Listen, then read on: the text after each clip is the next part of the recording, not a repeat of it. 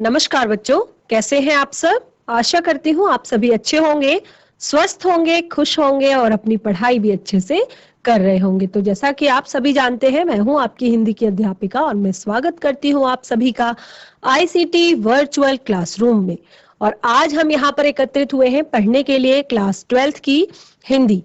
Class 12th की हिंदी में, जैसे कि आप सभी को पता है, हमारी वितान जो पाठ्य पुस्तिका है, यानी कि दूसरी जो हमारी पाठ्य पुस्तिका है, उसका हमारा चैप्टर चल रहा है, फर्स्ट चैप्टर सिल्वर वेडिंग, जो कि मनोहर श्याम जोशी जी द्वारा लिखा गया है। ये एक कहानी है जिसके मुख्य नायक हैं वाई डी पंथ अर्थात यशोधर पंथ जी। और यशोधर पंथ जी के बारे में इसमें बहुत सारी बातें हमें इस चैप्टर में बताई है और कुछ बातें हमने अपने पिछले सेशन में पढ़ी थी, कुछ चीजें कि यशोधर बाबू जो है वो थोड़ा सा पुरानी विचारधारा के व्यक्ति है और वो किशन दा जो उनके हैं उनसे बहुत ही ज्यादा प्रेरित है। और एक तरीके से आज वो जिस भी पोजीशन पे है वो किशन दा की वजह से ही है, इसीलिए वो अपने जीवन का एक आइडल उनको मानते हैं, किशन दा को मानते हैं। तो इस तरह बहुत सारी बातें हमने अपने पिछले सेशन में इस पार्ट से संबंधित पढ़ी थी और आज के सेशन में भी हम इसी पार्ट को कंटिन्यू करेंगे और भी चीजें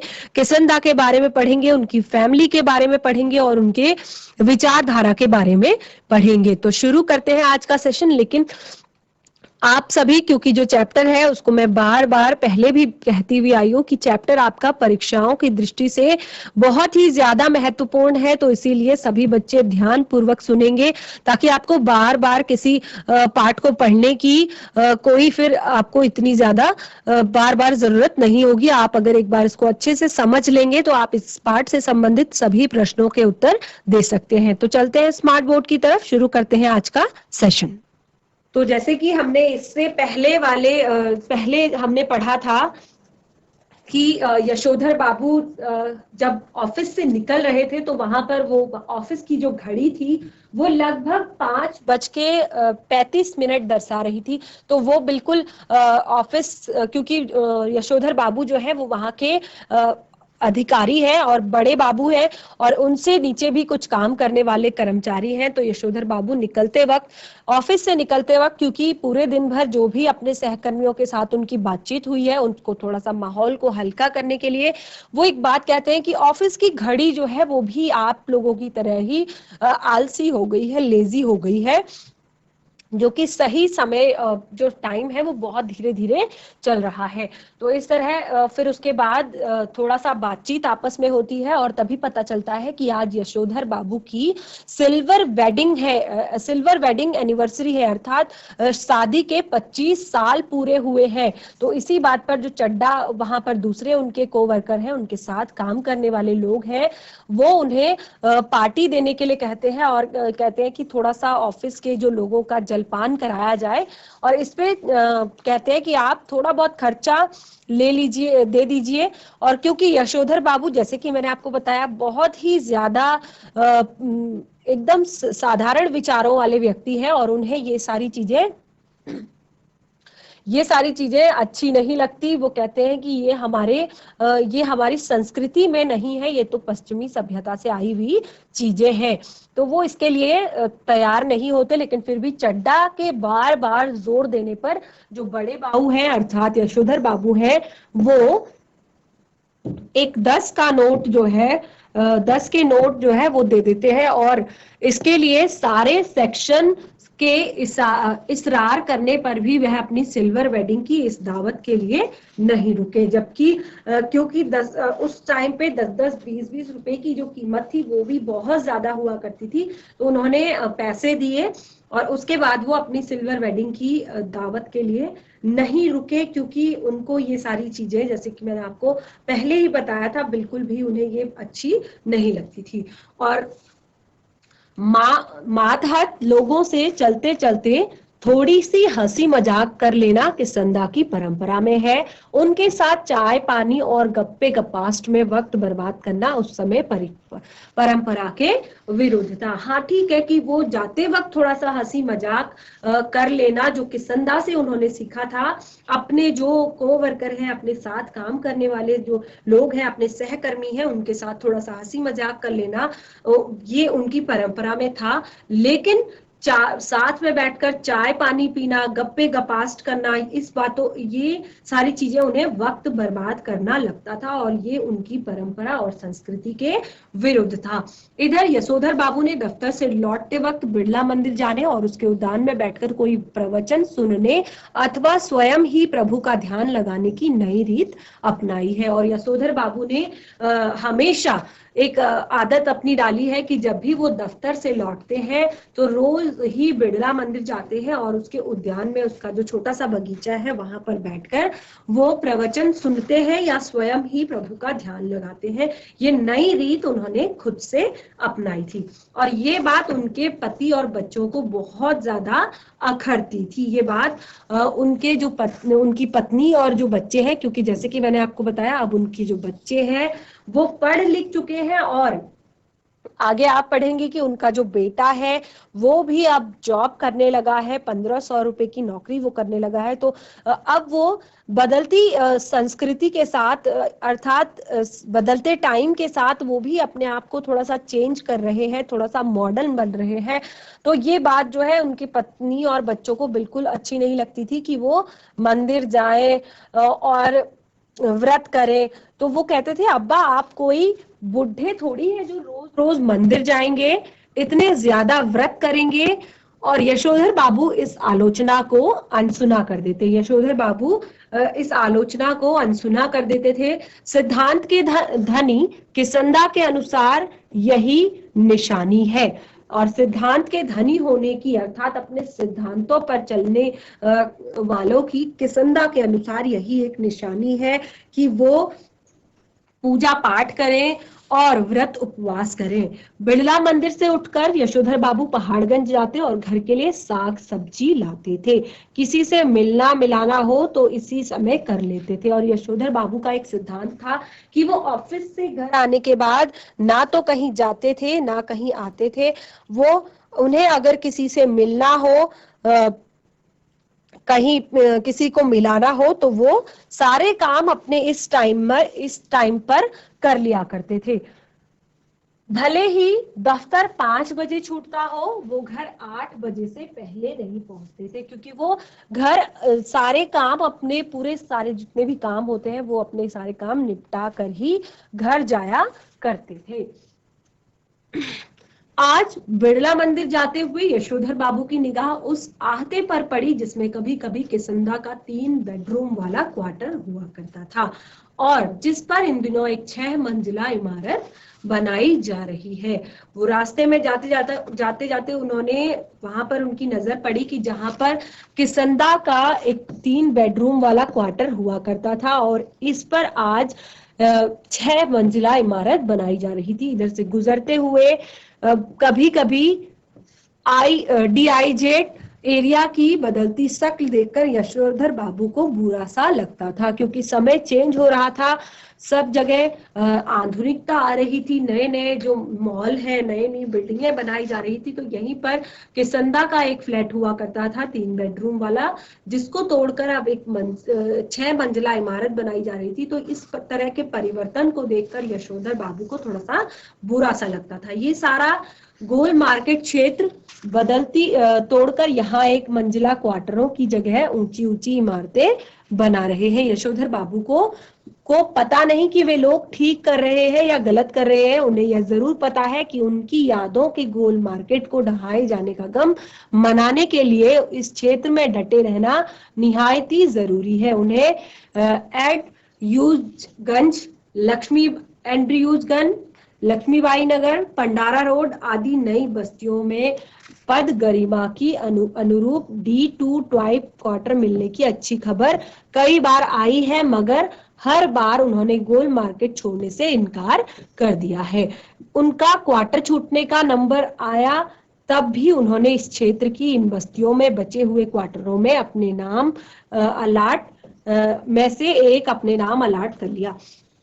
तो यहाँ पर आप देख रहे हैं कि यशोधर बाबू को अपनी जो पुरानी चीजें हैं, अपनी पुरानी जो जगह है, उससे भी कितना ज्यादा लगाव है, प्रेम है, और वो अपनी इन जगहों को छोड़ना नहीं चाहते, जहां पर जो उनकी गरिमा और पद के आधार पर जब उन्हें टाइप डी का क्वार्टर मिल रहा था तो वो भी उन्होंने छोड़ दिया, क्योंकि वो अपने इस गोल मार्केट को छोड़ना नहीं चाहते थे। और पत्नी के यह कहने पर जब यह टूट जाएगा तब क्या करोगे, तब उन्होंने कहा देखी जाएगी, और उसी तरह मुस्कुराए जिस तरह किसंदा यही यही फिकरा कहकर मुस्कुराते थे। सच तो यह है कि पिछले कई वर्षों से यशोधर बाबू अपनी पत्नी और बच्चों से हर छोटी बड़ी बात पर मतभेद होने लगे हैं। तो इस बारे में मैंने आपको बताया था, क्योंकि यशोधर बाबू जो है वो थोड़ा सा पुरानी विचारधारा के व्यक्ति है, और जो यशोधर बाबू के घर में उनकी पत्नी और बच्चे हैं वो अब समय के साथ वो चेंज हो रहे हैं, परिवर्तित हो रहे हैं, उन्होंने बहुत सारी नई चीजें अपना ली है, और जिससे क्या होता था कि कई बार घर में इसी बात पर उनके आपस में मतभेद हो जाया करते थे, और इसी वजह से उन्हें घर जल्दी लौटना पसंद नहीं था। जब तक बच्चे छोटे थे तब तक उनकी पढ़ाई लिखाई में मदद कर सकते थे, और अब जब बड़ा लड़का प्रमुख विज्ञापन कंपनी में नौकरी पा गया,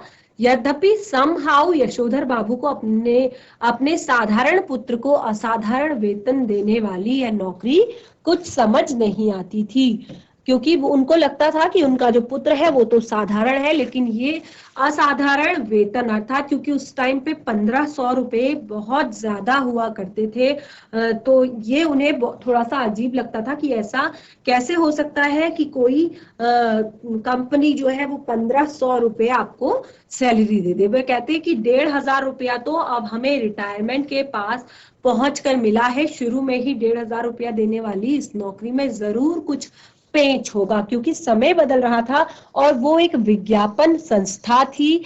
तो यहाँ पर उन्हें लगता था कि अब मुझे, क्योंकि जब मैं अब रिटायरमेंट के नजदीक पहुंच गया हूं तब आकर मुझे 1500 रुपए मिल रहे हैं, लेकिन शुरुआत में 1500 रुपए मिले ऐसी नौकरी में जरूर कुछ पेच है, यानी कि कुछ दिक्कत है। यशोधर जी का दूसरा बेटा दूसरी बार आईएएस देने की तैयारी कर रहा था, आईएएस का एग्जाम दे रहा था, और यशोधर बाबू के लिए यह समझ सकना असंभव था कि पिछले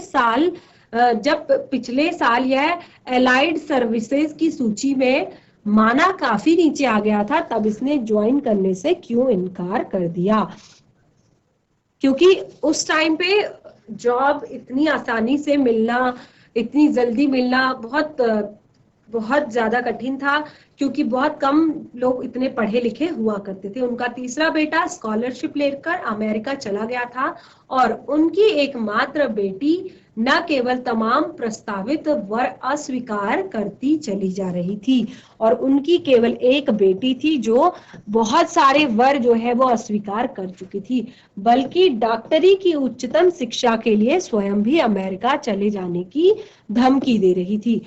कई सारे जो रिश्तों के प्रस्ताव उनकी बेटी को आ रहे थे उन्हें वो बार बार ठुकरा चुकी थी, और वो भी पढ़ाई के लिए, डॉक्टरी सीखने के लिए अमेरिका जाने की बार बार धमकी वो दे रही थी। यशोधर बाबू जहां बच्चों की इस तरक्की से खुश होते वहां समहाउ भी यह अनुभव करते थे। समहाउ, जैसे मैंने आपको शुरू में ही बताया था कि ये उनके कुछ यहाँ पर शब्द थे जो वो हर बात पे यूज किया करते थे।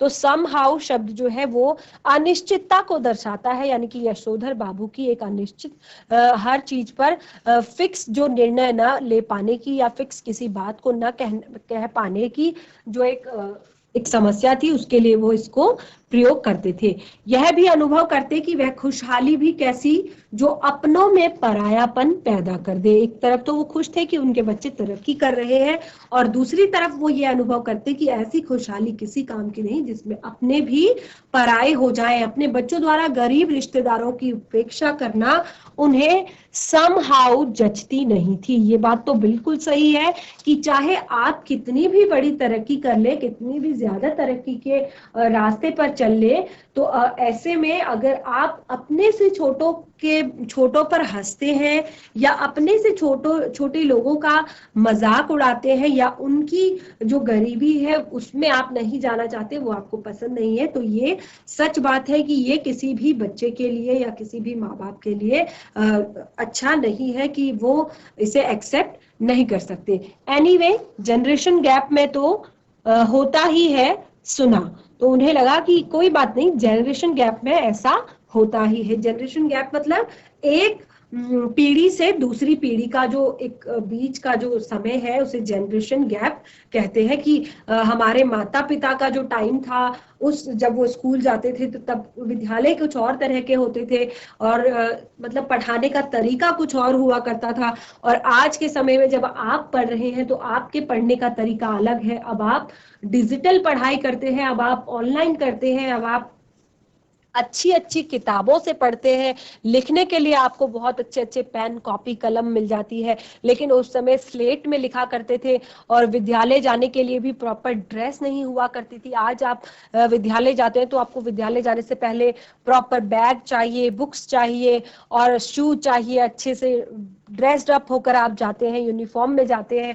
लेकिन उस समय टाइम अलग था। तो इसी को हम जनरेशन गैप कह सकते हैं कि एक पीढ़ी से दूसरी पीढ़ी में जो अंतर थोड़ा बहुत आ गया है। तो जिस तरह तरीकों में अंतर आता है उसी तरह विचारों में भी बहुत ज्यादा अंतर आ जाता है। तो ऐसा कहकर स्वयं को ही दिलासा देते हैं पिता। तो विचारों के परिवर्तन की बात यहाँ पर की है कि शायद जनरेशन गैप में ऐसा होता है, ऐसा यशोधर बाबू सोचते हैं।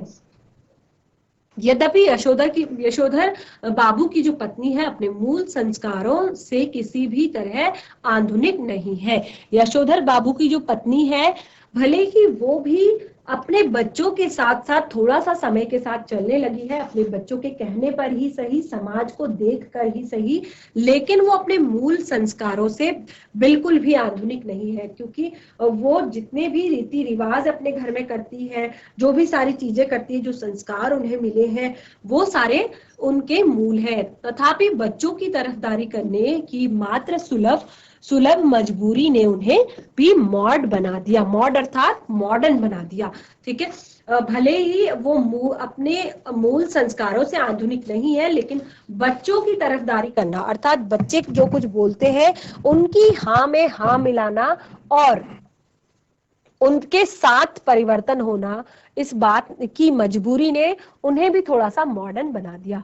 और जिस समय यह भी है कि जिस समय उनकी शादी हुई थी, यशोधर बाबू के साथ गांव से आए ताऊजी और 2 विवाहित बेटे भी उनके साथ रहा करते थे। इस संयुक्त परिवार में पीछे ही पीछे बहुओं में गजब के तनाव थे, लेकिन ताऊजी के डर से कोई कुछ नहीं कह पाता था। क्योंकि यशोधर बाबू की जो पहले थी वो जॉइंट फैमिली थी और उनके साथ उनके 2 विवाहित बेटे अर्थात उनकी बहुएं भी उनके साथ रहती होंगी। तो इस तरह एक बहुत बड़ा संयुक्त परिवार था। और लेकिन वहां पर थोड़ा बहुत, क्योंकि जहां पर संयुक्त परिवार है वहां पर थोड़ा बहुत कसाकसी हमेशा रहती है। तो ऐसे में लेकिन क्या होता है कि घर के जो बुजुर्ग लोग होते हैं उनके सम्मान के लिए जो परिवार में कोई कुछ कह नहीं पाता था। यशोधर बाबू की पत्नी को शिकायत है कि संयुक्त परिवार वाले उस दौर में पति ने हमारा पक्ष कभी नहीं लिया। अर्थात कुछ ऐसी चीजें जो उस समय उनके लिए जरूरी थी, कुछ ऐसे काम, कुछ ऐसा जो वक्त था वो उनके पास कभी नहीं आया। बस जेठानियों की चलने दी, क्योंकि अर्थात जो बड़ा था उन्हीं की चलने दी। उनका यह कहना भी मुझे आचार व्यवहार के ऐसे बंधनों में रखा गया कि मानो मैं जवान औरत नहीं बुढ़िया थी। मतलब वो उनकी जो पत्नी है वो कहती है कि उस समय हमने ऐसा टाइम देखा, ऐसे जिंदगी जी जैसे हम कोई यंग नहीं, कोई बुढ़िया होंगे। जितने भी नियम इनकी बुढ़िया ताई के लिए थे वो सब मुझ पर भी लागू करवाए, ऐसा कहती है घरवाली बच्चों से। अर्थात यशोधर बाबू की जो पत्नी है वो उन अपने बच्चों को अपने जमाने की बात बताती है, अपने समय की बात बताती है कि मैं यंग थी, फिर भी जो इनके परिवार के लोग थे वो नहीं समझते थे, और वो बिल्कुल औरतों को, महिलाओं को उसी तरह रखा करते थे जिस तरह घर की अन्य बुजुर्ग महिलाएं रहती है, अर्थात सबके लिए जो नियम और कानून थे वो बिल्कुल एक जैसे थे। और बच्चे उनसे सहानुभूति व्यक्त करते थे, और इस बात पे उन्हें बच्चों की सहानुभूति भी मिल जाया करती थी। फिर वह यशोधर बाबू से उन्मुक्त होकर कहती कि तुम्हारी ये बाबा आदम के जमाने की बातें मेरे बच्चे नहीं मानते, तो इसमें उनका कोई कसूर नहीं, क्योंकि उनकी पत्नी ने भी कुछ दुख अपने परिवार में झेले थे, तो वो सारे दिनों को याद करके दुखी नहीं होना चाहती थी, और उस तरह के जीवन को वो अब नहीं जीना चाहती थी, क्योंकि वो समय के साथ परिवर्तित हो रही थी। अब सारे बच्चे पढ़ लिख चुके थे, बेटा कमा रहा था, बेटी भी डॉक्टरी की पढ़ाई कर रही थी, तो बहुत सारी चीजें चेंज हो गई थी, परिवर्तित हो गई थी। उस समय वो लोग संयुक्त परिवार में रहते थे, अब यहाँ पर एकल परिवार था, अर्थात वो चारों पांचों लोग ही साथ में रहा करते थे। और मैं भी इन बातों को उसी हद तक मानूंगी जिस हद तक सुभिता है, अर्थात उनकी पत्नी कहती थी कि अब मैं ये जो सारी बातें हैं, अब मैं इनको अंध तरीके से फॉलो नहीं करूंगी, अब उतना ही मैं मानूंगी जहां तक सुभाता है, अर्थात जहां तक सही लगेगा मैं वहीं तक करूंगी।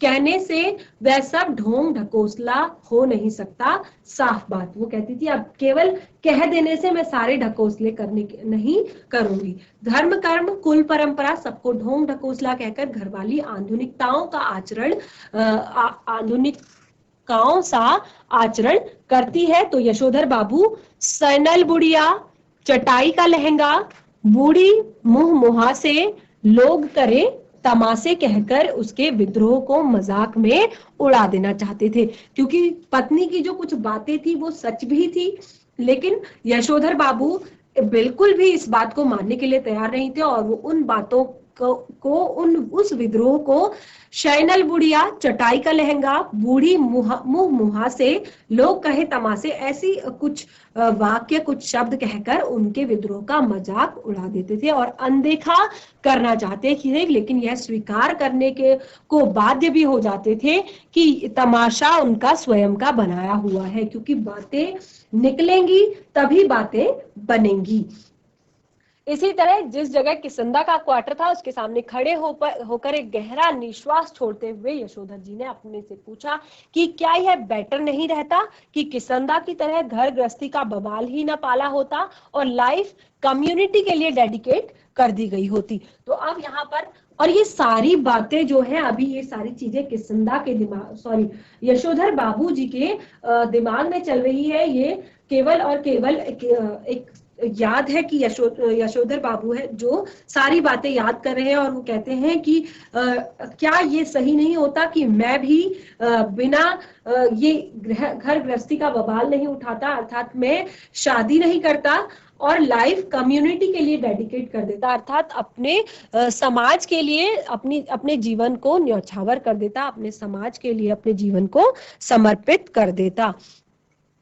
इस तरह फिर उनका ध्यान इस तरफ गया कि जाते जाते जो किसंदा थे उनका बुढ़ापा जो है वो सुखी नहीं रहा।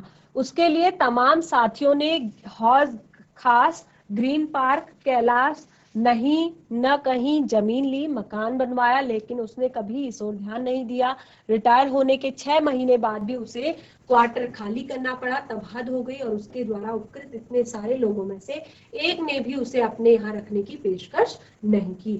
स्वयं यशोधर बाबू उसके सामने ऐसा कोई प्रस्ताव नहीं रख पाए, क्योंकि उस समय तक उनकी शादी हो चुकी थी और उनके 2 कमरों के क्वार्टर में 3 परिवार रहा करते थे। किशंदा कुछ साल राजेंद्र नगर किराए के क्वार्टर में किराए के क्वार्टर में लेकर रहे और फिर अपने गांव लौट गया, जहां साल भर बाद उसकी मृत्यु हो गई। तो ये सारी बातें अभी यशोधर बाबू याद कर रहे हैं कि भले ही उन्होंने उस टाइम तो शादी नहीं की, अपना परिवार नहीं बनाया, लेकिन ये सारी चीजें उनको उनके मृत्यु के समय अर्थात उनके बुढ़ापे में बहुत ज्यादा उनको दुख दिया, क्योंकि जब वो रिटायर हो गए थे ऑफिस से तो किसी ने भी उनको अपने घर में शरण नहीं दी और वो अकेले ही किराए के क्वार्टर में रहते थे।